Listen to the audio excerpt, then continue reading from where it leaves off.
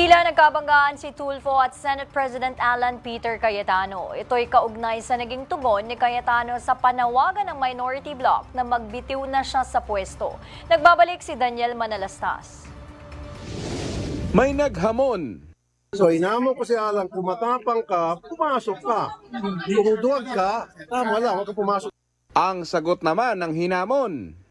Kung hindi ka lang Tulfo at kung hindi ng Tulfo si kapatid mong si Erwin, sinumbong ko lang kayo kay Tulfo Di ba?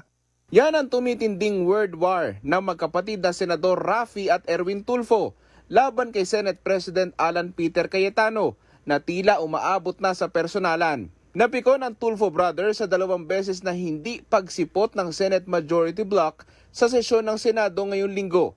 Si Senator Erwin naman may puna sa pag-Facebook Live ni Cayetano. Hindi naman si Alan Cayetano vlogger.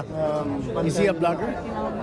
Tanong ko sa kanya, vlogger po ba si Senator Alan Cayetano?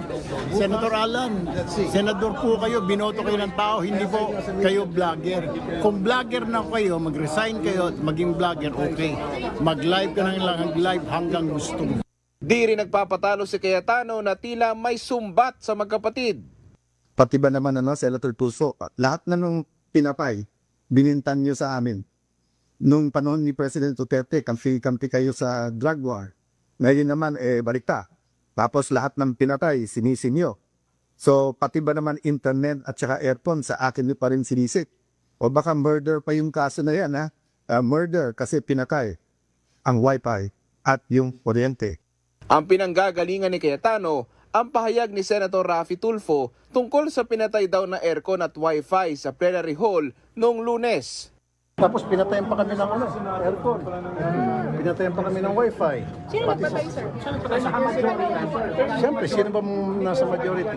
Pero naglabas na ng paliwanag ang MIS service ng Senado at sinabing walang problema sa internet service noong Lunes. Pero nagkaroon daw ng electrical circuit breaker bandang 5:30 ng hapon na nagdulot ng epekto sa aircon.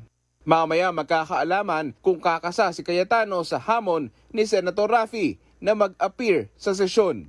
Para sa totoong balita sa Bagong Pilipinas, Daniel Manalastas ng IBC News para sa 13 sa tanghali ng Congress TV.